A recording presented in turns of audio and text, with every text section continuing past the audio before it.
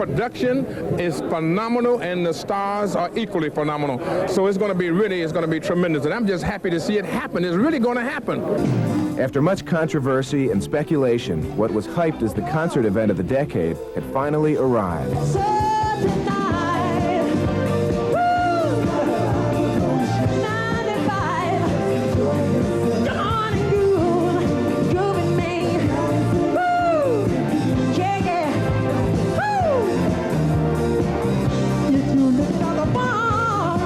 The first show in Kansas City set the stage for the rest of the Victory Tour. 137,000 tickets were sold out in 2 days.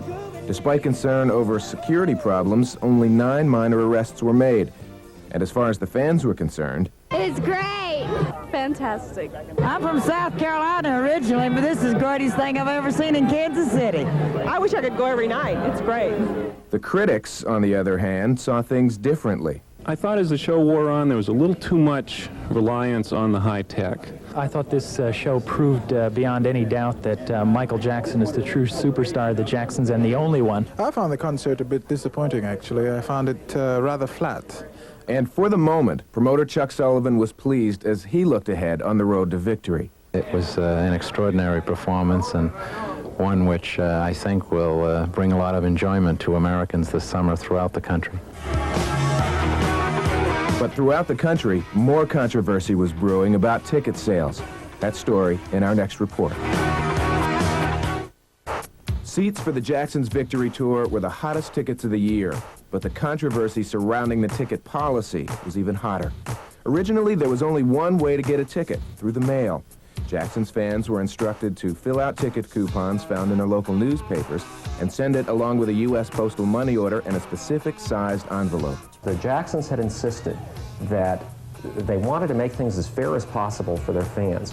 And they didn't want fans, if a fan heard that a concert was going on sale in Kansas City and lived 150 miles from Kansas City, they didn't want that fan to have to jump into a car, try to get to Kansas City, and only to discover that somebody lived right next to the box office and managed to get the last ticket. So they insisted with their promoter that tickets be put on sale via mail order.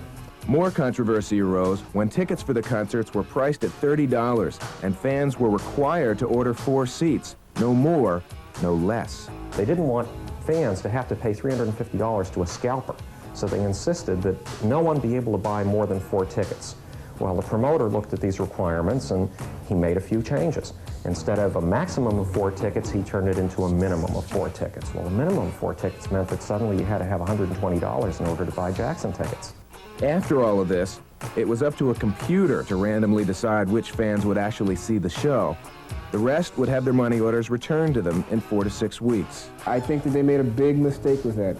I think of all the things that happened, really, that was the one that hurt them the most because it was the one that affected the public directly. And what had been designed to provide convenience for the Jacksons fans suddenly became a tremendous obstacle in the path of the fans. A lot of people are having trouble getting tickets. The other day I got a letter from a fan in Texas named LaDonna Jones. She'd been saving her money from odd jobs to buy tickets. But with the tour system, she'd have to buy 4 tickets. And she couldn't afford that. So we've asked our promoter to work out a new way of distributing tickets, a way that no longer require a money order. I've asked our promoter to end the mail order ticket system as soon as possible so that no one will pay money unless they get a ticket. Then arrangements were made to have the tickets sold locally. Michael also set aside 400 tickets to each show to be distributed free to low-income groups. There was, however, no change in the ticket price. I can't blame the promoter for charging $30 across the country. I think that $30 was an appropriate price. You must understand, you get what you pay for. There would be no apologies as far as the price is concerned. The controversy continued throughout the tour as big names like Bruce Springsteen and Prince went on tour with lower-priced tickets. But as far as Don King was concerned, there was only one tour worth seeing. You really can't afford to miss this affordable pleasure. Coming up next hour, Michael goes to Hollywood. Is Michael Jackson. And the winner is Michael Jackson for Thriller. Michael received scores of honors in 1984, including a record 8 Grammys, 3 MTV Video Music Awards, and in Hollywood, his legend was engraved in stone. Ladies and gentlemen, good afternoon, and welcome to another Walk of Fame ceremony, and today honoring Michael, Jackson.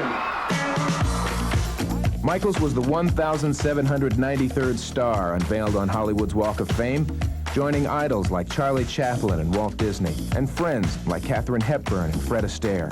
Michaels' arrival in Hollywood set the stage for the controversial finale of the Jacksons' victory tour in Los Angeles. We'll have that story next. About a new concept to promotion. If I lose my money, give it back. He undertook a monumental promotion.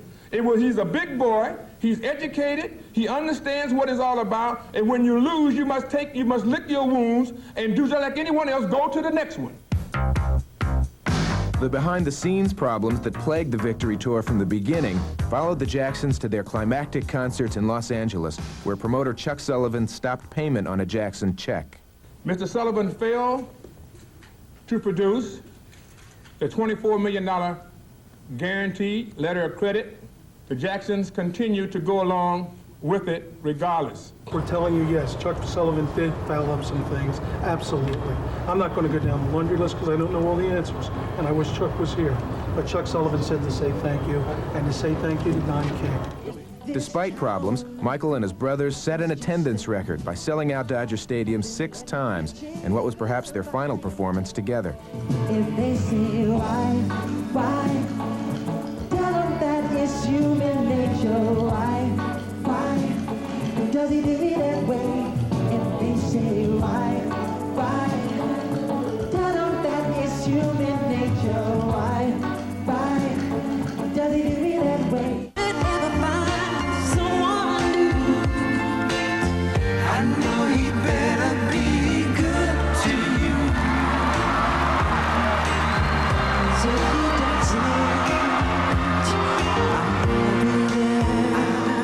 For the first time in 8 years, the Jacksons reunited on stage for Motown's 25th anniversary special.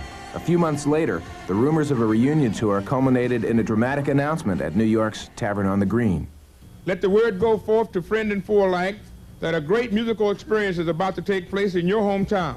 Rest assured, this will be no ordinary concert. It will be a happening, an event, an extravaganza. And Pepsi's going to sponsor the Jacksons' National Reunion Tour early next year. But more than that, we're going to feature these fine young men in a brand new Pepsi advertising campaign. The tour will mean that the brothers are getting together once again and unite. And we're real close with each other and show the world that we can make everybody happy. The tour would not begin for nearly 7 months. And as we'll see next hour, Michael discovered his share of obstacles on the way to victory.